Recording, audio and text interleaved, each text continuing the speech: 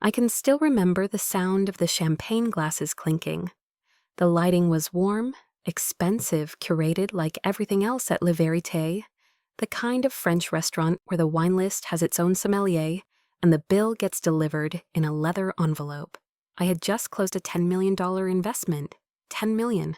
I should have felt unstoppable. Instead, I felt small. Everyone at the table was beaming the investors from Delacroix Partners, my co-founder, our legal counsel.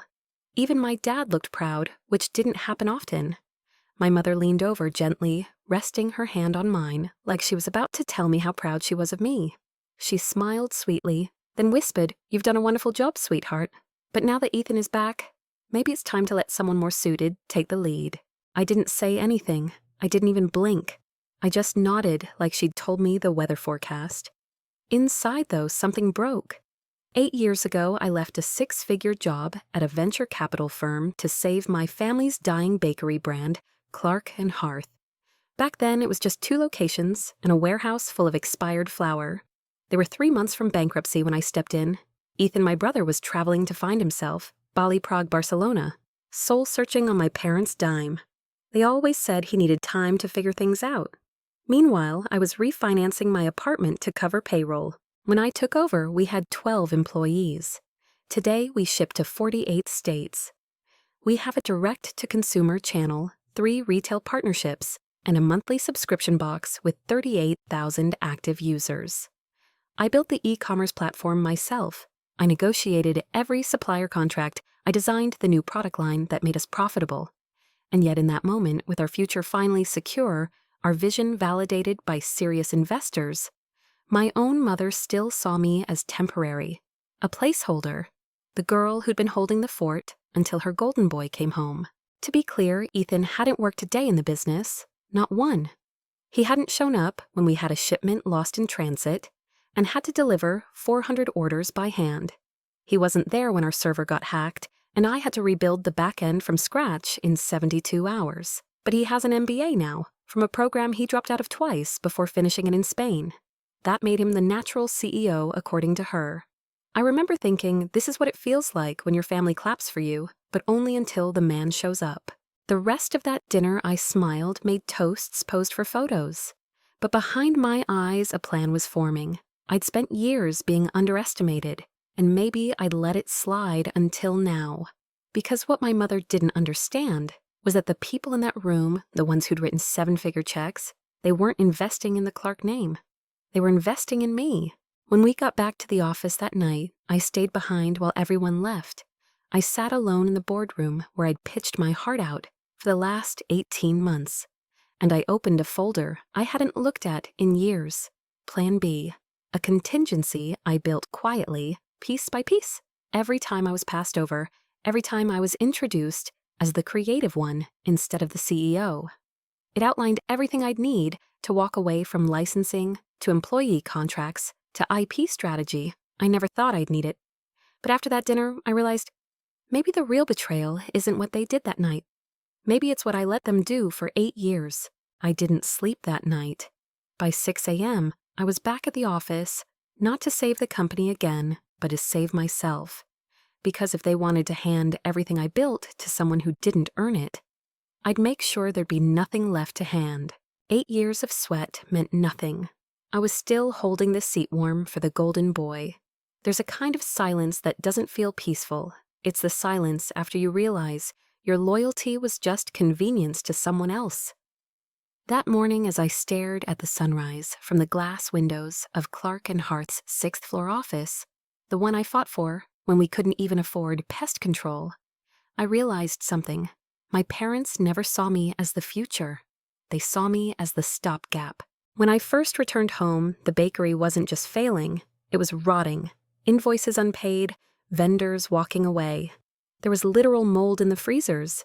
And yet, everyone, including Ethan, told me it wasn't worth saving. It's a dead brand, Em. Let it die. Ethan had said over FaceTime from Lisbon, holding a cocktail, but I couldn't. Because while Ethan saw a failing business, I saw 20 years of my mother waking up at 3 a.m. to hand-knead dough. I saw my father hauling flour bags while quoting Shakespeare. I saw the immigrant dream they had built with burnt fingers and broken English. I didn't walk away from my job in New York for nostalgia. I walked away because no one else would fight for what they'd built. The first 2 years almost broke me. I sold my apartment, took out a second mortgage on the tiny condo I kept, lived in the office, ate expired granola bars from the samples pile. I worked the register by day, taught myself SEO at night, and negotiated supplier contracts from the office bathroom because it was the only space with a working lock. Meanwhile, Ethan posted vlogs from Santorini and pitched startup ideas that never lasted past a deck and a domain name. And yet, he was still the future of the family business. My mother said it with such casual certainty, once it almost made me laugh. "You're doing great with the creative things, honey. But when Ethan settles down, he'll bring the strategic vision, creative things, like saving the company, like launching the subscription model, like turning 3 seasonal cookies into a line of 46 SKUs. My father was always more diplomatic. He'd pat my shoulder and say things like, "It's good that you're warming the seat for now. For now." That was the language they always used around me. Temporary, transitional, supportive. 8 years in, I still wasn't their CEO. I was their buffer until the real leader came home. The irony, I was a senior analyst in M&A before I came back.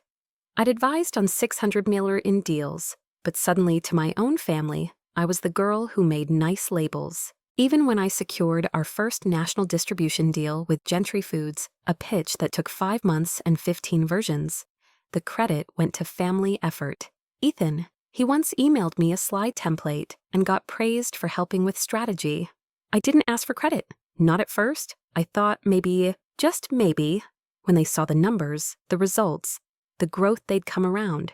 We went from $270,000 a year in revenue to $8.3 million. Our customer base tripled. We were written up in Bon Appetit, then Business Insider, then Vogue. But the look on my mother's face never changed. She was proud, but only until Ethan was mentioned. Then she would light up in a way she never did with me. The final straw wasn't even her words. It was a moment, quiet, harmless. But it shattered something in me. I overheard her speaking to a reporter from a local magazine. "Yes, it's been a family journey. My daughter's been helping for a while. But now that Ethan's home, we're really excited for the next chapter. Helping. I was the CEO, the architect, the one who took the heat when a product launch failed, and the one who took the calls at 2 a.m. when our warehouse flooded. But to her, I was helping. And so I stopped trying to earn what they had already decided not to give me. I stopped explaining my value. I started documenting it instead. Every meeting, every deal, every piece of infrastructure I'd built. I turned it all into a case file, quietly, thoroughly, like a woman building her own escape hatch. Because I finally understood I was never going to be chosen. I'd have to choose myself. So the next time they try to hand my company to someone else, I won't argue. I won't raise my voice. I'll just walk away and take everything valuable with me. They thought I would cry. Instead, I brought documents. It was supposed to be a routine investor check-in, just a friendly Monday morning meeting to discuss post-funding goals. Everyone from Delacroix Partners would be there, analysts, legal reps, even Lila Gray, their partner in charge of portfolio strategy. My team had rehearsed every slide. I had every metric memorized. But I knew the moment my mother opened her mouth that it wouldn't be routine. We were halfway through the presentation when it happened. Lila leaned forward, her tone calm but firm. "Emma, everything in your operational plan looks solid. But we'd like clarity on the leadership structure moving forward. Can you confirm your role as CEO for the next 3 to 5 years?" Before I could speak, my mother interrupted. She was seated next to me, like she had every right to be there, though she hadn't attended a single investor meeting before this one. "Ethan will be stepping in as co-CEO next quarter," she said, smiling. There was a beat of stunned silence. Even the analysts stopped typing. Lila raised an eyebrow. That wasn't discussed during due diligence. I stayed quiet. I didn't react. I didn't even blink. I let the discomfort stretch. My mother, oblivious, pressed on Emma, has done wonderfully with branding and product. But Ethan just finished his MBA And he's got an incredible mind for strategy. It's a natural next step. I watched Lila glance at her colleague. They were communicating, silently recalculating risk in real time. Then Lila looked at me. Emma, is this accurate? I kept my voice measured. It's not a finalized decision. We're still discussing internal roles. My mother chuckled. Oh, honey, don't be modest. You've always said you'd step back when the time came. I hadn't, ever. That was the moment I realized she didn't just think Ethan deserved it. She genuinely believed I was willing to hand it all over. When the meeting ended, Lila pulled me aside. Her voice was low. Emma, I need to ask, is this still your company? I met her eyes. It is, for now. She nodded.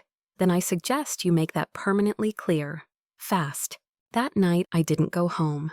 I ordered Thai food changed into flats and pulled out a red file I hadn't touched in almost a year.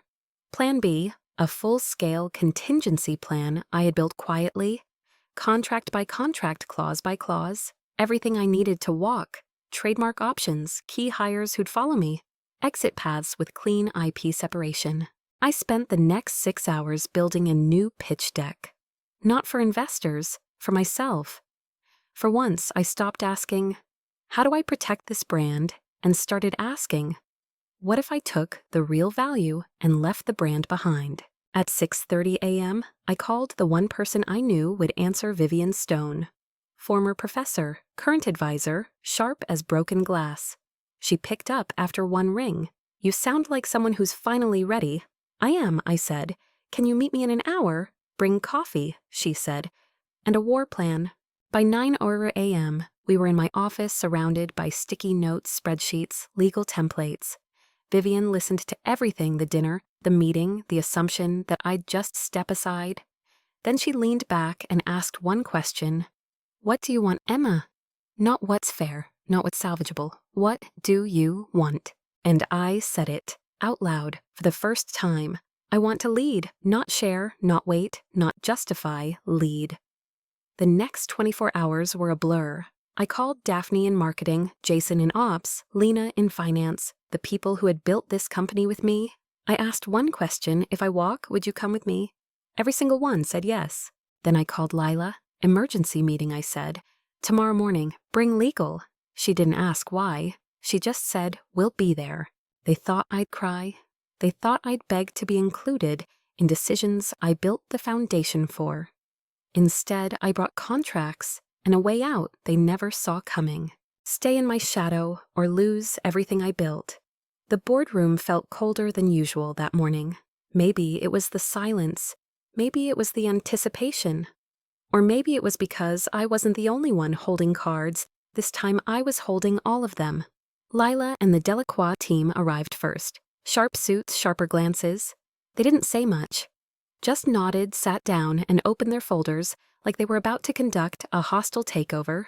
Except the target wasn't a company. It was a delusion. The delusion that I was optional. When my parents walked in, my mother looked confident, lipstick immaculate, outfit professional. Her posture screamed, I'm still in control.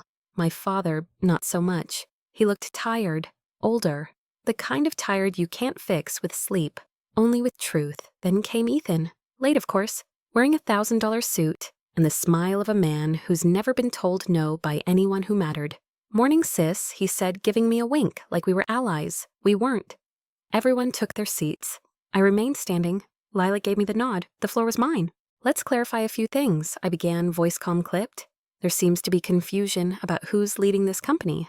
I handed out 3 documents. Page 1, current org chart with me as CEO. Page 2.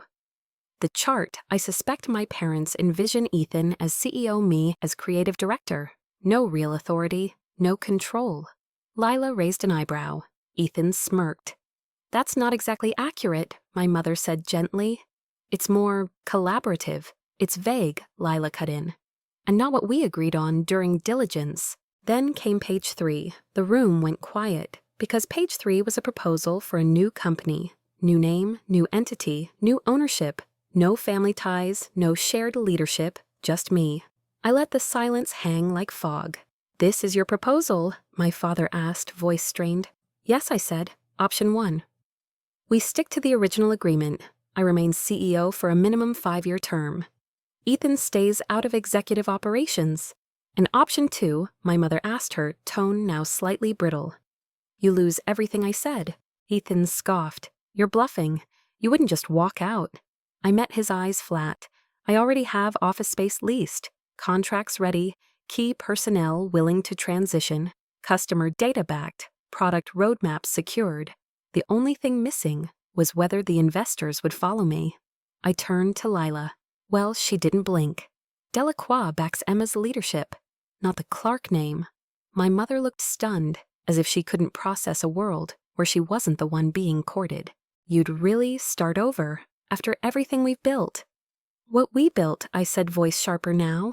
Let me ask, where were you when I maxed out my credit cards to fund our packaging redesign? When I personally delivered 800 gift boxes in the snow because we couldn't afford fulfillment staff? When I pitched to 47 investors before one said yes? Where were you?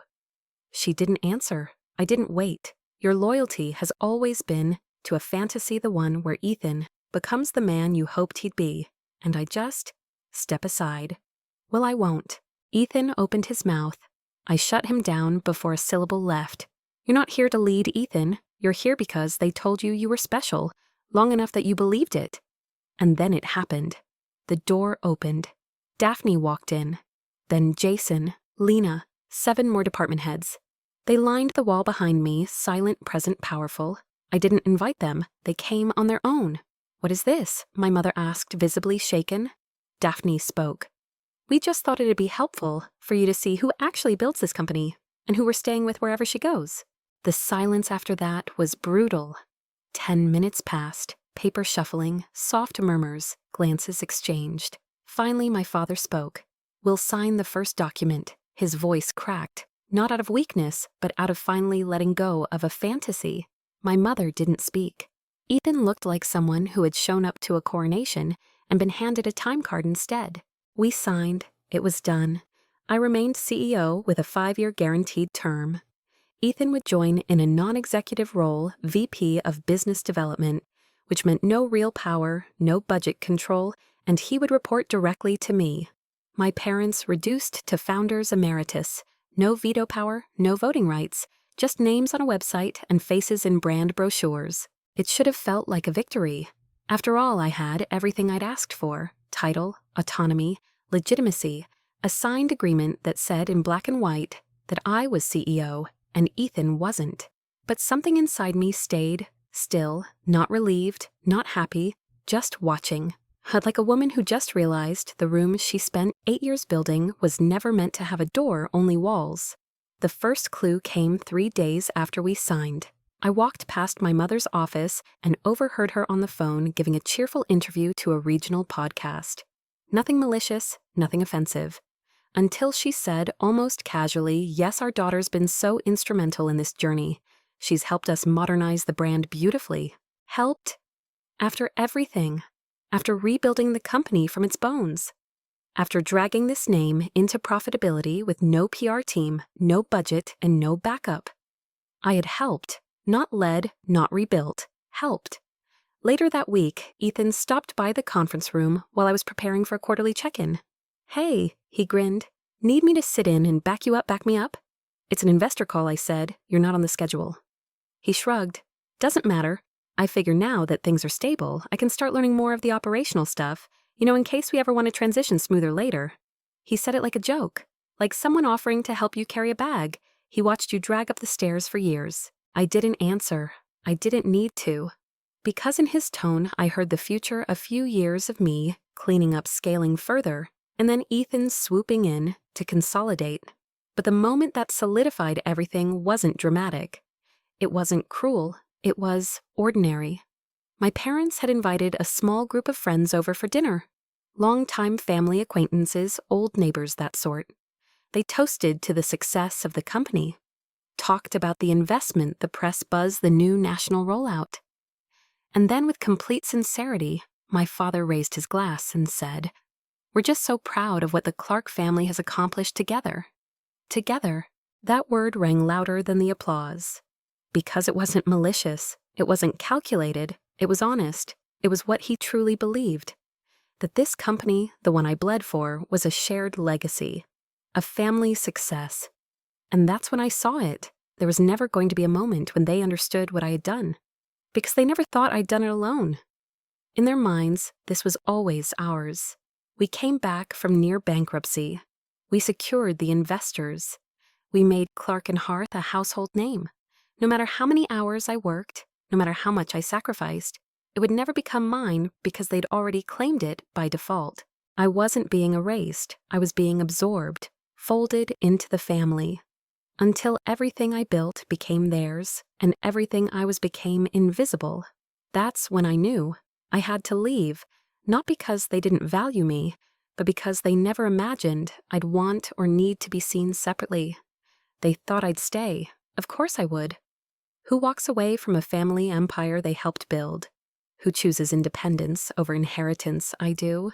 So I began the process, quiet, careful, clean.